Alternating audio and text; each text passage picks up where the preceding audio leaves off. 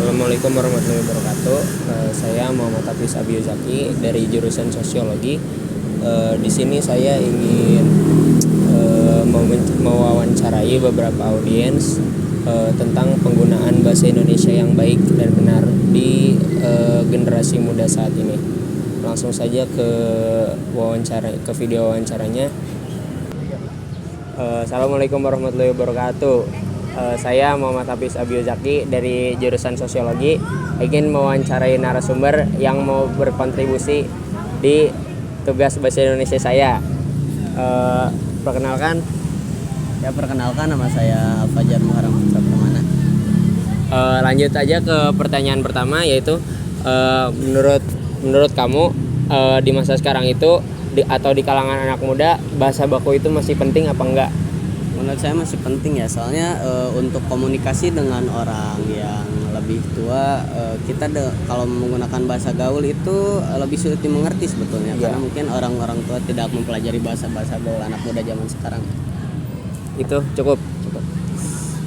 Lanjut ke pertanyaan kedua, yaitu menurut kamu sekarang kan di sosial media itu bahasanya aneh-aneh gitu ya.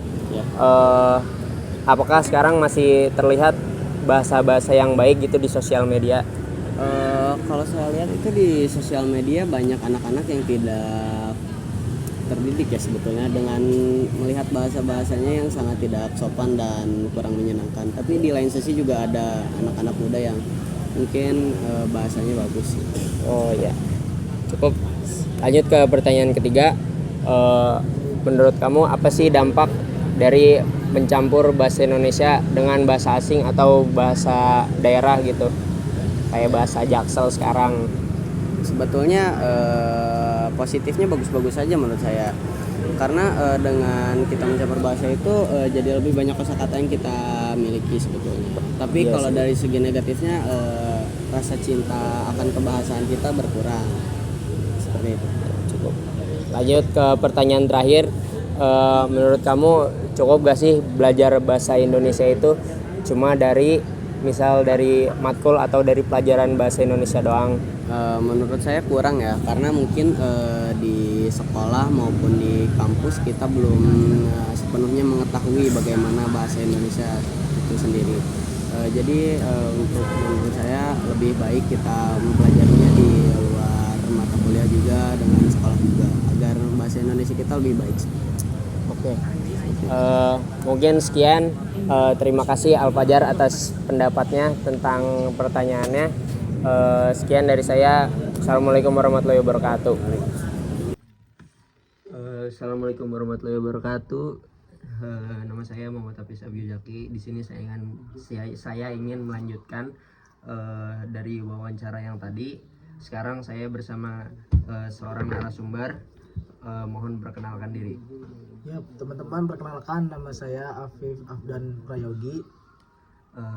Dari jurusan apa? Dari fakultas apa? Untuk fakultas saya dari Fakultas Syariah dan Hukum dan jurusan Hukum Keluarga. Oke. Langsung saja ke pertanyaan pertama. Menurut Afif, apa di masa sekarang itu di kalangan anak muda, apakah bahasa baku itu masih sering terdengar atau tidak? Ya, menurut saya dan ingin menyuarakan pendapat juga sesuai yang pernah saya lihat dan sering kita lihat bareng-bareng, bahwasanya di kalangan sekarang, di masa sekarang itu anak muda itu jarang sekali menggunakan bahasa yang baku, karena bagi mereka ketika berkomunikasi dengan teman-temannya menggunakan bahasa baku itu sangat sulit, dan mereka lebih memilih untuk menggunakan bahasa daerahnya masing-masing untuk berkomunikasi. Jadi mereka hanya sebatas menggunakan bahasa baku itu hanya sebatas di ketika pembelajaran, bahkan di pembelajaran pun mereka ada menggunakan bahasa daerahnya, seperti itu. Cukup? Ya, cukup. Lanjut ke pertanyaan kedua. Menurut Apip, apakah pengguna sosial media sekarang menggunakan bahasa yang baik dan sesuai dengan bahasa Indonesia? Kalau menurut saya untuk penggunaan sosial media, jadi memang ada dari beberapa kalangan orang-orang itu sebagian mereka masih menggunakan bahasa Indonesia yang baik dan benar. Akan tetapi ada juga sebagiannya menggunakan bahasa yang kurang baik dan kurang patut ketika dipertunjukkan di sosial media. Biasanya orang-orang yang menggunakan bahasa yang kurang baik itu ketika ada orang-orang yang mengomentari dengan bahasa yang kurang baik. Contohnya seperti mengomentari suatu peristiwa atau kejadian, kemudian mereka mengasumsikannya dengan bahasa yang kurang baik. Kemudian untuk penggunaan bahasa yang baik itu sendiri di sosial media itu banyak digunakan sih di media-media yang bersifat akademik, yang mana di sana memperkenalkan ilmu pengetahuan seperti itu. Lanjut saja ke pertanyaan ketiga. Menurutmu apakah mencampur bahasa asing dengan bahasa Indonesia itu diperbolehkan? Gimana ya? Jadi pertama kan bahwasanya bahasa Indonesia itu kan bukan bahasa asli. Ya. Jadi bahasa Indonesia itu kan merupakan bahasa serapan, ya ini bahasa serapan dari Melayu atau bahasa-bahasa lain. Jadi jika kita lihat dampaknya apa, ya kita bisa lihat kedua sisi, bahwasanya memiliki dua dampak, yakni dua dampak positif dan dampak negatifnya. Karena jika kita lihat dari dampak positif ini, kita langsung mengacu kepada penggunaan bahasa Indonesia sendiri. Jadi yang pertama, dampak positifnya itu menggunakan kemampuan bahasa yang ganda. Jadi di sini kita boleh menggunakan bahasa campuran atau bahasa Arab atau Inggris ketika berbicara bahasa Indonesia dengan tujuan yang jelas, seperti kita ingin mengimprove kemampuan kita dalam berkosakata, berbicara atau public speaking. Kemudian untuk menunjukkan profesionalisme atau moderitas gitu. Jadi selagi tujuannya itu baik, selagi tujuannya itu untuk memberikan manfaat yang baik, itu tidak masalah seperti itu. Dan untuk dampak negatifnya, jadi dampak negatifnya terlalu berlebihan menggunakan bahasa asing, dan sehingga dapat menyulitkan orang lain dalam memahami kata-kata itu. Contohnya seperti ini. Tadi aku men-scroll timeline terus mengupdate status, itu kan itu kan termasuk salah satu contoh yang berlebihan ya. Karena tadi aku men-scroll timeline, kenapa harus timeline seperti itu?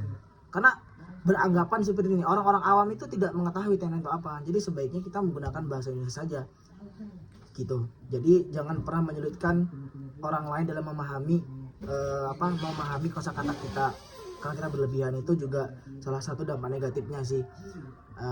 Terus kemudian ada juga jika kita menggunakan bahasa Indonesia bercampur dan menggunakan bahasa asing, tujuannya ya untuk menurunkan nilai-nilai budaya, itu juga termasuk dampak negatif. Intinya dampak menggunakan bahasa Indonesia bercampur dengan bahasa asing tergantung penggunaannya gitu. Bisa digunakan sebagai positif, bisa juga berdampak juga pada negatif. Intinya jangan sampai menghilangkan nilai dan identitas tata bahasa Indonesia itu sendiri. Oke. Kan tadi kan di pertanyaan pertama, bahasa Indonesia sekarang kan di kalangan anak muda jarang terdengar penggunaan bahasa Indonesia yang baik. Nah, kalau Wib sendiri kapan sih menggunakan bahasa baku dan bahasa yang baik? Mungkin entah kapan waktunya. Kalau saya sendiri, kapan waktu banyak ketika kita menggunakan bahasa baku, yaitu ketika pembelajaran di kelas. Misal ketika kita di kelas atau di sekolah, ya itu pasti menggunakan bahasa yang baku, bahasa yang baik ketika berbicara kepada dosen, atau ketika kita melakukan presentasi pembelajaran itu pasti menggunakan bahasa baku. Tidak mungkin ketika menyampaikan suatu pembelajaran atau menyampaikan suatu presentasi itu kita menggunakan bahasa daerah, karena setiap sekolah itu juga memiliki pendatang atau orang-orang dari berbeda daerah seperti itu. Jadi lebih rentan ketika menggunakan bahasa baku itu ketika pembelajaran di kelas maupun di luar kelas atau ketika organisasi seperti itu. Oke. Lanjut saja ke pertanyaan terakhir. Menurut Apip, cukup nggak sih kita belajar bahasa Indonesia itu cuma dari matkul bahasa Indonesia ataupun dari pelajaran bahasa Indonesia itu sendiri? Menurut saya apakah belajar bahasa Indonesia itu sudah cukup untuk mempelajari bahasa yang baik? Sebelumnya belum cukup. Karena gini, belajar bahasa Indonesia itu sangat penting sebagai dasar untuk mempelajari yang baik, tapi belum cukup kalau tujuannya adalah menguasai bahasa yang efektif, sopan, dan kontekstual. Nah, jadi yang pertama itu bahasa Indonesia itu kita jadikan bahasa Indonesia itu sebagai fondasi utama. Belajar bahasa Indonesia itu dengan baik itu akan membantu kita untuk berpikir secara struktur, kemudian menulis dan berbicara yang jelas agar pesan yang kita sampaikan itu jelas, tidak ambigu seperti itu. Kemudian memahami tata bahasanya. Nah, kalau seseorang belum menguasai bahasa Indonesia dengan baik, itu biasanya mereka itu akan sulit untuk menyampaikan atau menuliskan akademik itu dengan runtut, dengan secara struktur seperti itu. Nah, tapi bahasa yang baik itu tidak hanya soal bahasa Indonesia, akan tetapi bahasa yang baik itu tergantung dengan konteks dan situasinya. Misalnya, cara berbicara kepada teman tentu beda dengan cara berbicara kepada dosen dan atasan seperti itu. Nah, bahasa formal atau akademik itu seperti di media sosial itu punya gaya berbeda. Artinya, untuk benar-benar bisa berbahasa yang baik dan benar, itu seseorang harus belajar dari programatik, kapan dan bagaimana kita berbicara, kemudian kita belajar etika dalam penyampaiannya, kesopanan, empati, dan pilihan katanya kita perlu perhatikan. Kemudian untuk bahasa asing, yaitu untuk komunikasi lintas budaya atau profesional. Seandainya jika kita ingin pergi ke luar negeri, akan tetapi kita tidak mempelajari bahasa Inggris itu sendiri, maka kita akan menyulitkan kita untuk berkomunikasi di dunia luar.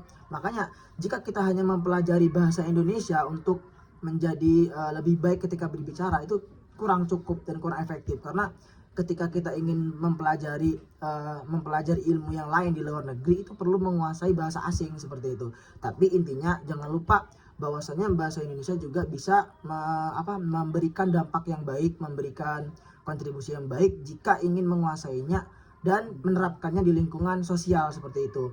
Nah, tentunya tetap ketika kita mempelajari bahasa-bahasa asing, tetap jangan lupakan nilai budaya, nilai-nilai yang baik yang menjadi identitas kita sebagai warga Indonesia, mempelajari bahasa Indonesia itu sendiri. Oke. Sangat bagus sekali jawaban dari Apip. Mungkin dicukupkan untuk untuk wawancara kali ini. Sekian, terima kasih juga untuk Apip atas pendapatnya. Assalamualaikum warahmatullahi wabarakatuh. Waalaikumsalam warahmatullahi wabarakatuh. Lanjut ke audiens terakhir. Saya dengan siapa? Mohon perkenalkan diri. Saya dengan Muhammad Al-Farizi dari Banten. Dari Saya kuliah jurusan dan fakultas. Dari jurusan Fisika Fakultas Tarbiyah dan Pendidikan. Oke, langsung saja ke pertanyaan pertama. Ada lama terbuka tadi. Nah, pertanyaan pertama, menurut Faris, di masa sekarang tuh di kalangan anak muda bahasa baku itu masih sering terdengar apa enggak? Ya kurang sering sih, karena anak muda itu lebih suka bahasa gaul yang santai dan tidak formal, terutama di media sosial dan percakapan sehari-hari. Lanjut ke pertanyaan kedua.